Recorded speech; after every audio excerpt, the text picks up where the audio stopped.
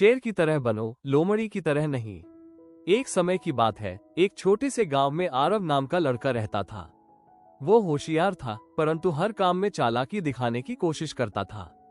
उसके दिमाग में हमेशा यही रहता था कि कैसे कम मेहनत में काम निकल जाए। गांव वाले उसे अक्सर कहते, तू लोमड़ी की तरह चलता है, पर कभी शेर की तरह बनना भी सीख। आरव को ये बातें समझ नहीं आती थी।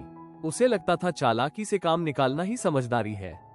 एक दिन गांव के पास के जंगल में शेरों का झुंड आ गया। पूरा गांव डर के मारे सहम गया। गांव का मुखिया बोला, हमें इन शेरों से अपने गांव की रक्षा करनी होगी।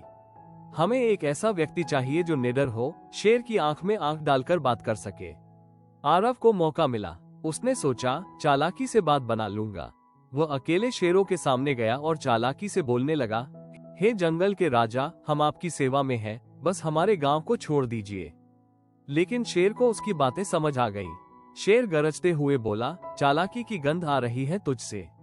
अगर बात करनी है तो साहस और सच्चाई से कर। आरव डर गया और भाग गया।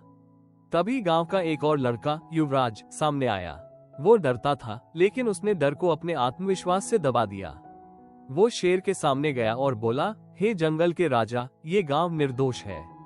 अगर हमने कोई गलती की है तो हम उसे सुधारेंगे, पर कृपया हमें बिना वजह नुकसान न पहुंचाएं। हम आपके लिए जंगल के किनारे पानी का तालाब बनाएंगे, जिससे आपके झुंड को लाभ होगा। शेर ने उसकी निडरता और सच्चाई देखी और बोला, तू शेर जैसा बोला है, मैं तेरे गांव को नहीं छेड़ूंगा। उस दिन आरव को समझ आ गया, लोमड़ी की तरह चालाकी से नहीं, शेर की तरह साहस और सच्चाई से जीना ही असली जीत है।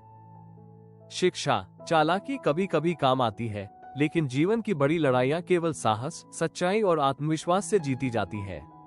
लोमड़ी की तरह नहीं, शेर की तरह बनो। If you like this video, like, share and subscribe please.